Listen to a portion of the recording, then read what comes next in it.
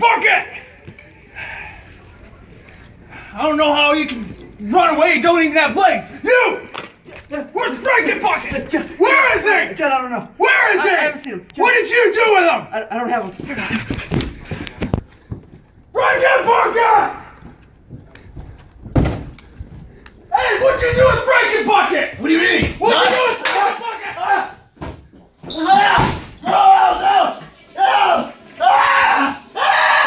Franken Bucket!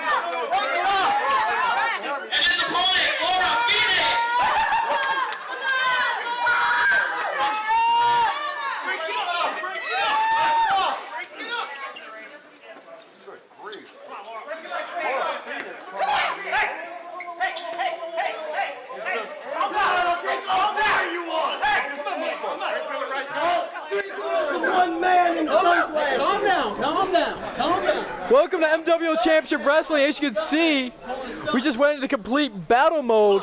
These two individuals, I should say, were supposed to go into battle. Very chaotic situation to kick things off this week on MWO Championship Wrestling. We're at the bridge here, an all-out melee between Stuntman Mike Goodman and Laura Phoenix, and it's not over yet. We got Positive Promotions out here, we got referees out here. It's totally chaotic. Unbelievable situation. Laura Phoenix just ambushed Stuntman Mike before the poor guy could even get to the ring and get his hat and coat off.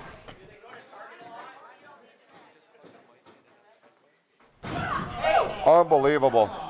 Such disrespect to a fine piece of apparel of Stuntman Mike Goodman. And what is Laura Phoenix's problem here? Come on out here ambushing Stuntman Mike Goodman. Lathrop, nobody's got time for that. No, I mean, this match was supposed to be perhaps a culmination of what's been going on between these two. But needless to say, the battle between Laura Phoenix and Stuntman Mike would not be ending for a long time. Yeah, Positive Promotions trying to calm her down. They better do something with that wild beast. That's right. What is the problem with Laura Phoenix? But be that as it may, we have a huge main event here this week on MWO Championship Wrestling. That's going to happen. 2-on-1 handicap match for the MWO Championship. But in the meantime, we need to take a quick break as we're going to be heading to the back for a new segment with Mr. Positive and a very special guest. Hello, and welcome to the Motivational Minute with Mr. Positive. My guest today, Franken Bucket. Mr. Bucket, Mr. Frank, Mr. Bucket, you. What is the secret behind the success of John Campo?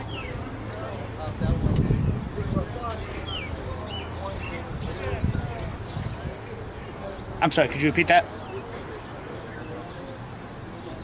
Six oranges? What does he do? What does he do with 6 oranges? He does what with 6 oranges? That's just right. Hey! Gotta go. This match is scheduled for one fall. It is for the Great Lakes Championship. Introducing first. He hails from St. Clair Shores, Michigan.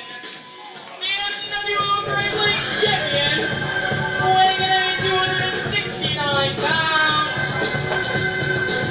He is Old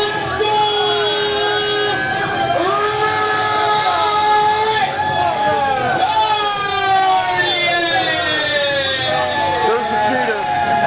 The fittest cheater in the MWO right now. The guy that's holding the Great Lakes title, old school Rick Cartier. Well, we just saw the Motivational Minute with Mr. Positive, a new show that's going to be part of the MWO Championship Wrestling Weekly. And you're saying he's a cheater, considering what happened in the last episode with Alex Crow. Alex wants that title back. A lot of people want that title back, but none more than Alex, I bet. And you're saying he's a cheater. I'm saying that man was passed out at Slamathon. Alex Crow was declared the winner, the champion, and now this guy's got it. And this guy coming out right now has a huge target on his back, and Alex Crow is the one that's going to make him pay for it.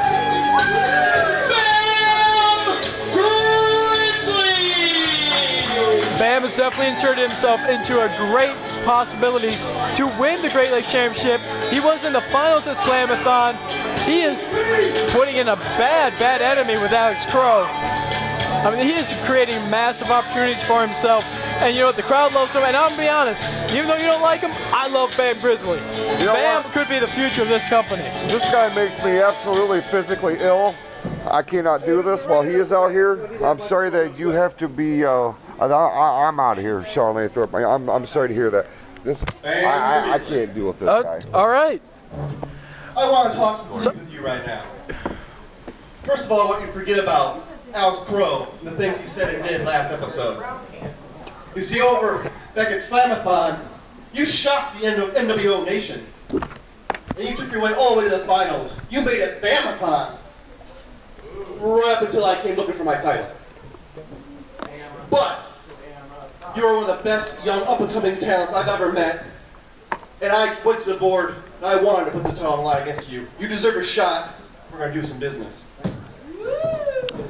Great, I guess you would say compliments there by Rick Cartier.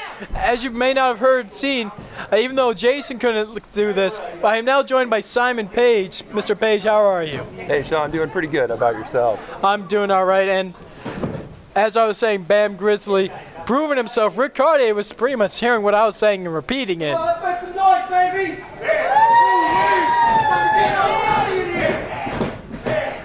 It's definitely going to be a match of pure respect, as these two men could easily be future heavyweight champions of this company if they continue to work as hard as they are and play their cards right. And that's what I was talking about, the respect right away. And with Bam having the impressive showing that he had at Slamathon, Sean, Bam is the epitome of the underdog that nobody thought had a chance to get into the main event. And not only did he get to the main event, but he made a heck of a show. Immediately going for the pin there, only a 1 count. Once again, a handshake. I mean, you can only handshake him so much until the actual match goes. And we're seeing Rick Cartier pushing some efforts into the left arm there, and now just dropping him onto the middle rope.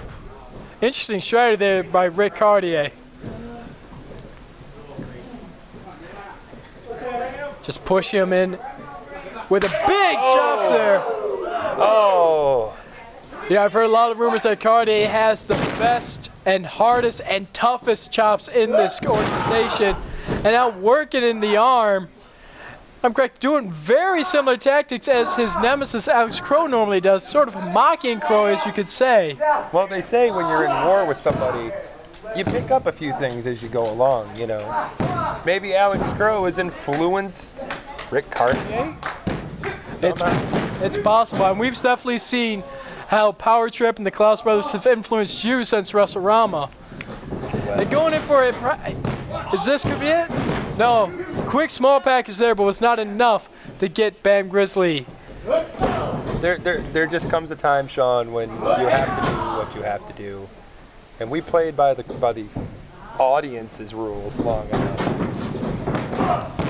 Big clothesline there, just dropping Bam onto his neck.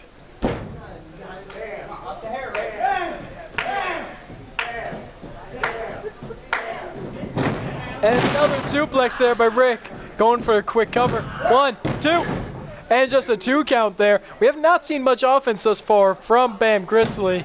Well, and the size difference is a thing. I mean, he's, you know, twice the size of Bam Grizzly. He may be just twice the size, but Bam may have twice the heart. No offense to Rick Cartier. Cartier's got a large heart, but Bam's got a bigger heart. It's like comparing a mountain to a planet in some aspects. That's a good point. Bam, once again, even as you were saying, the size difference between these two men, it's as well as the experience factor. Cartier getting close to 5 years in the ring. Bam Grizzly still a bit of a rookie when it comes to professional wrestling, and here he is, bringing in the Bam punches, and another one putting Rick Cartier on his tuchus. Jucking a clothesline there, and axe handle across the chest. This could be it. Just barely a 2 count there on the Rick Cartier. Bam Grizzly winning, and no offense to Jake Mercury, the television championship. The Great Lakes title is the title you get before you win the big one.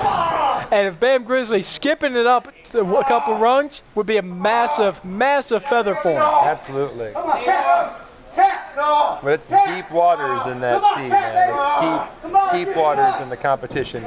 I think you mean the deep waters in the lakes. That too. Yes. I was never one for geography. As we're seeing now, into the corner is Bam Grizzly. Cartier going for the splash and missing. But Bam bringing it back in with some back elbows. And another one following it up. He's going to want to stay on him. Don't take too long. Well, as long as Rick is on his back, Bam is going to be able to bring in some more offense. And here it is. We saw the debut of this move at Slamathon. The rolling of the log, followed by just landing, as you say, a senton onto the back, from his back onto the chest of Rick Cartier. Go for another cover. 2 counts, 2 times in a row. Perhaps a 3rd time now. No matter how much pressure he's been putting on those arms, he is still being able to use his legs and use his weight to get up.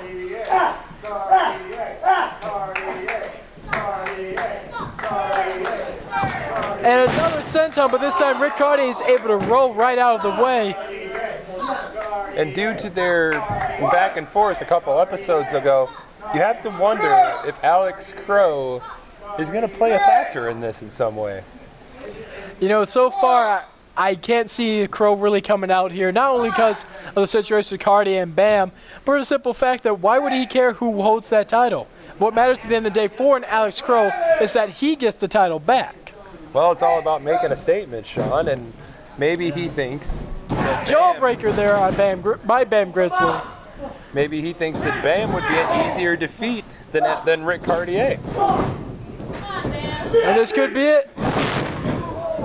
You can maybe just say good night. 1, 2, 3. Rick Cartier has once again defended the title successfully. Ladies and gentlemen, here is your winner, and still the MWO Great Lakes Champion, Old School Rick Cartier. You know, Blackwell and I have had our run-ins with Rick Cartier in the past, and I have to give it to him. The man is fierce. The man is, I mean, the old school thing isn't just a gimmick. That's his life. He is a fierce, old school competitor, down and dirty. He's nobody to mess with, man. And with that said, we do have another title match later on tonight. But in the meantime, I want to bring it back to what happened earlier. We were supposed to start off with perhaps a culmination of the battle between Stuntman Mike and Laura Phoenix. And we're going to bring it back to a quick replay and show you what happened. This was before we even were able to go on air. These two could not stand each other. So So we'll be right back after this replay to see what happens. Ladies and gentlemen, how was that match?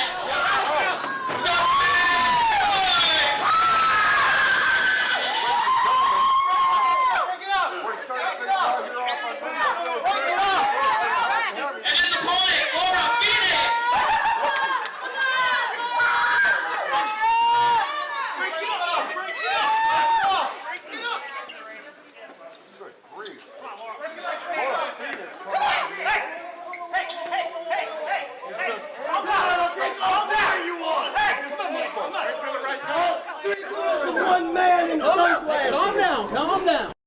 Go.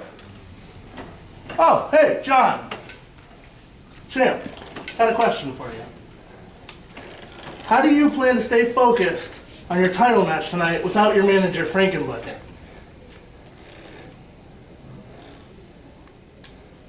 How do I plan to stay focused without Frankenbucket? How do I plan to stay focused without Frankenbucket? How do I plan to stay focused without Frankenbucket? Let me ask you a question. With your Men's Warehouse and your nice tie and your good-looking suit, you know, you're new around here. So, I'm not going to get mad at you. What I am going to do is I'm going to tell you exactly how I'm going to stay focused without Frankenbucket in my corner. I've been doing this for 10 years. 10 years this month. I have won championship after championship after championship after championship without Frankenbucket. Now Frankenbucket is my friend. Frankenbucket is my ally. Frankenbucket is the only one who understands what's going on up here. But without Frankenbucket, there's no one to tell me to stop. There's no one to tell me to stop! And I'm not gonna stop because this is coming home with me!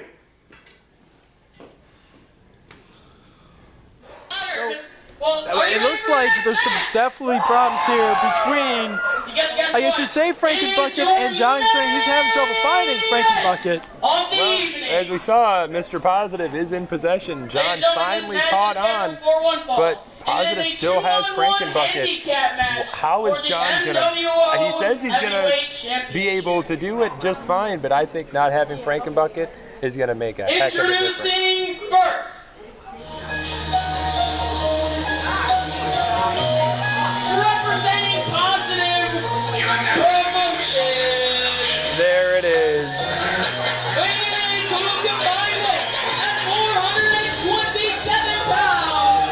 He is accompanied in the ring by Mr. Positive. The challengers, the Cody Lee and JJ Hughes. We want to make it clear, this is a handicap match, but it is also for the MWO heavyweight title. Typically in a handicap match, only 2 men are allowed in the ring, but one can be tagged in at any moment, just like any tag team match. But John Campo did not bring himself in. Hey, John. So we got something of yours, because, well, you got something of ours. The belt is ours, John. That's right. Frankenbucket is not leaving the site of Positive Promotions until the Michigan Wrestling Organization Championship comes back where it belongs. And tonight it will, when either myself or JJ Hughes becomes the new MWO champion. Now that's positive. As I was saying, regarding the handicap match, their opponents. as I was saying, regarding a handicap match, it's typically 2-on-1, but not a title. That's where this gets interesting. From what I understand, regarding this style, From the last house on the left, in Harrison, Michigan.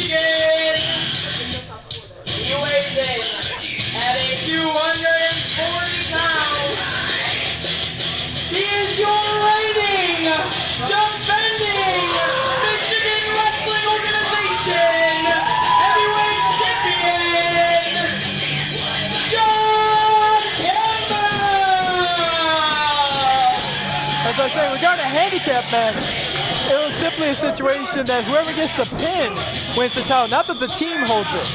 So if JJ gets the pin in this match, he could be champ. Cody gets the pin, he could be the champ. I think Positive Promotions is going to work together. I don't think it matters who the champion of the two is. It's all about bringing the belt home. John might not have Frankenbucket, but he brought a hammer. Not a hammer, he's got JJ Hughes' mirror.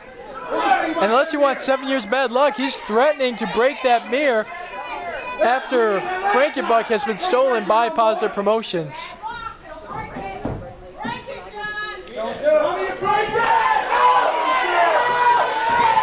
This does definitely not look like a good situation for Positive Promotion. As we were saying, he's got the hammer there. He's got himself a weapon to protect himself in case they do the typical numbers game they like to do in the past. Break this mirror with this hammer. No, you don't need to do that. But I could just let JJ Hughes look in it, and his ugly face will break it for me. So you say I have something to yours? You have something to mine. So why don't you two step in this ring and winner take all, the belt and Frankenbucket? Unless you're chicken. We're not chicken! Now, Amber Lang set up this match for a handicap match for the title, but now John Campo is putting Frankenbucket on the line after Positive Promotions have taken Frankenbucket from them. Stop doing that! So this is a very interesting situation, as John put it, winner takes all. And I can assume the mirror is also going to be part of the deal as well. But poor Frankenbucket, he's a defenseless person in this whole deal. Do you really care, though? I mean, out of everyone, I imagine you're the one who wouldn't care as much about Frankenbucket. I mean, you're the master of the creature of damage. Well, who doesn't like a bucket? I mean, it's just a bucket, man. That doesn't make a lick of sense. It's just a bucket, man. It's not a real person. It's just not nice to steal from people, man. Speaking of not making a lick of sense, I don't know what he is talking, or I think he's just singing randomly.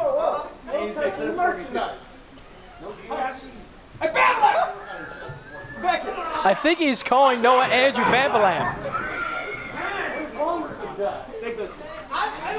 As we're seeing a brand new creature feature t-shirt or tank top in this situation. I mean, look at the arms. He can't wear a t-shirt. John Campo. Thank you. Did you check him? Check me for what? I got rid of my fleas, okay? There it is, the grandest prize in our organization. Isn't that like a health violation? I think so. Good. Oh, because he's wearing a shirt. No, because you don't know what you are. As there were some fans were making jokes about this being an intergender match because the Cody lady, as the crowd likes to call him, we're starting the match off. He's a grown man. Starting the match off in a rematch of what we saw from Slamathon. JJ Hughes and John Campo. Campo was able to get the victory, but just barely, as Positive Promotions then took care of him afterwards in front of Stan. Campo did receive a concussion after the attack by Positive Promotions when they attacked him with the championship. And here's Cody leading. He tried pushing Campo, but that was not anything Campo wanted to deal with. Pushing him off the rope, but John reversing a big clothesline, and then following up with a big elbow. This is where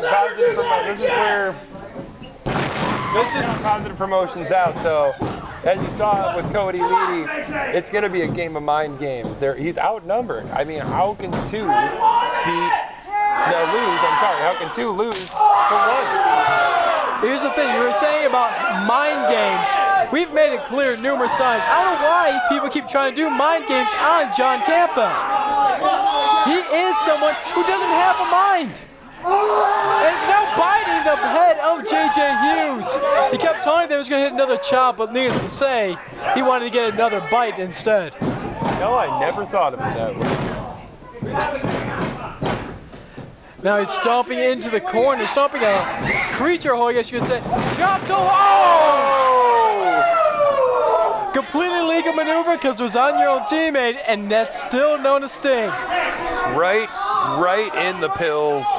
A lot of people have taken the YOLO headbutt from Cody Leedy. They know how hard Cody's head can be, and we know how soft a man can be sometimes.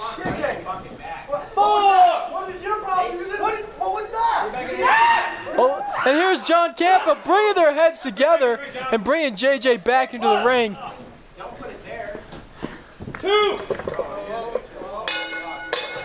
We want to make it clear. Oh! Referee Eric Cherry just blatantly allowing that. I hit the bell. I don't know.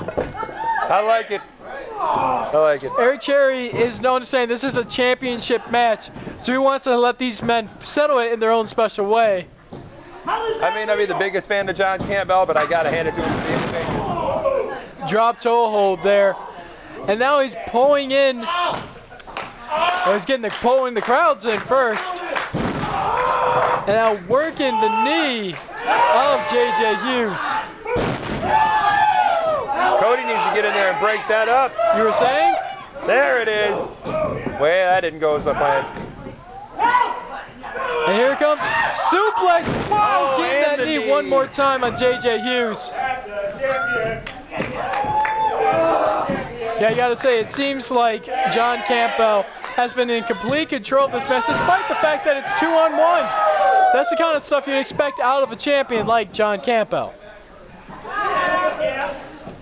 As John is bringing into some more arm wrenching and a short version of the eat defeat onto the face of JJ Hughes. See, there it is. Here come the mind games. And John doesn't see it, but Cody Leedy's just been tagged in. And here is the assault right into the back of John Campo. And here's the former champ, the current champ, the WrestleRama battle in the ring. If you think about it, this is the battle of his last two major opponents, WrestleRama and Slamathon at once. As we're seeing the choking out of the corner. As I say, these are his two major opponents. One of them is the former heavyweight champion. This could really show, especially if John can get the victory here over these two men, that he could be the biggest dog in this ring by far. Referee laying his hands on Leedy. I don't think the ref's supposed to be touching the wrestlers. Dropping the elbow across the chest. As we're now seeing Cody and JJ finally getting the double teamwork and teamwork they wanted. There you go, JJ. JJ is still watching out for that knee because it is in the problem. And Mr. Positive now is choking on John Campbell while the referee's being distracted by JJ and Cody Leedy. See, it's a numbers game. Like I told you, it's a numbers game. It may be a numbers game, but we see John fight these steps, and once again, Cody illegally choking him from behind. These are the exact same tactics we kind of saw at Slamathon. Hey, if it ain't broke, don't fix it.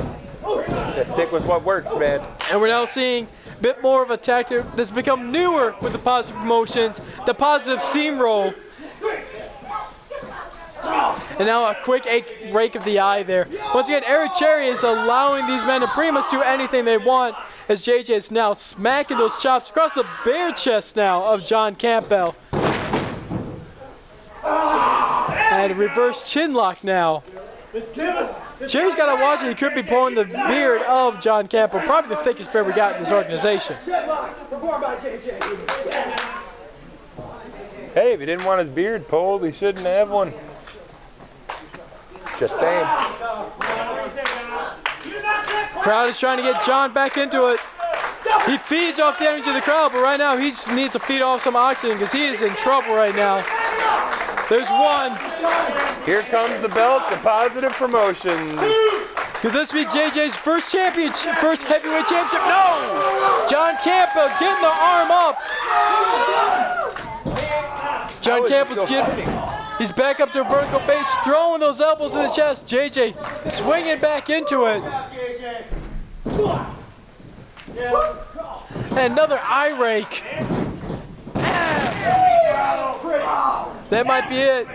1, 2. And John Campo was able to get his shoulder up. Simple problem there is JJ might have actually hooked the leg. If he would have done such a nonchalant cover there, Mr. Hughes could be our current champion, but that is not the case. As once again, Cody Leedy is back in the match. And John has been in trouble ever since Cody had hit John from behind after. Code breaker there. Here it is. I could call wrong, but this sounds like JJ to the top. The top rope. Cody's saying they need to go to the top. Oh, wait a minute. Oh. John's not going to be doing too well after this. 1, 2, this isn't even a pay-per-view!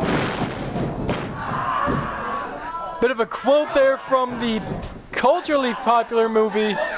Why? Only one champion. This isn't a tag match.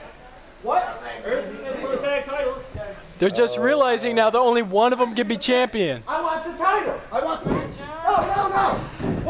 You know, this is what I've been talking about for episodes and upon episodes here at Championship Wrestling and at Slamathon. These two were going to finally come to blows now. They're realizing only one of them can hold the belt. I'm older. I sleep on the top bunk. I'm older. I'm the most positive. And JJ, I think JJ is allowing that Cody could be the champion now. Who brought you to the dance, JJ? There you go. JJ needs to know his place and know that a legend, Leedy, brought him here. Here's the cover now for John. John Campo's retained the title. Here is your winner, and still the Michigan Wrestling Organization champion, the creature feature, John Campbell. Oh no, this is not good, John. It's what we all expected. JJ Hughes and Cody Leedy are finally going to come to blows. They both want the title, and there's only one of them and two of those. The complete and utter lack of respect from JJ Hughes to his mentor, the man who made him who he is, Cody Leedy. JJ should have been doing everything he could to make sure the belt went around the waist of Cody Leedy, not thinking about himself. What's his problem? His head is exploding. The ego on this guy.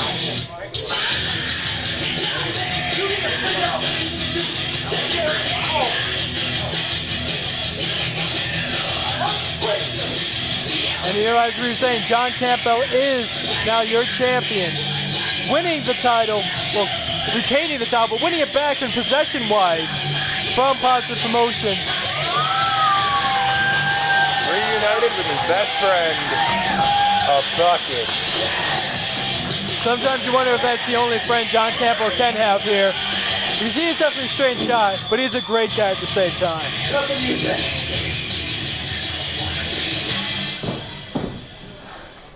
Thanks, Babble. So Positive Promotions.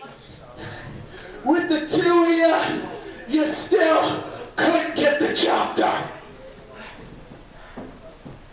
Cause I'm still standing, I'm still here, and I'm still the champion. When there's no more room in hell, the dead will walk the earth.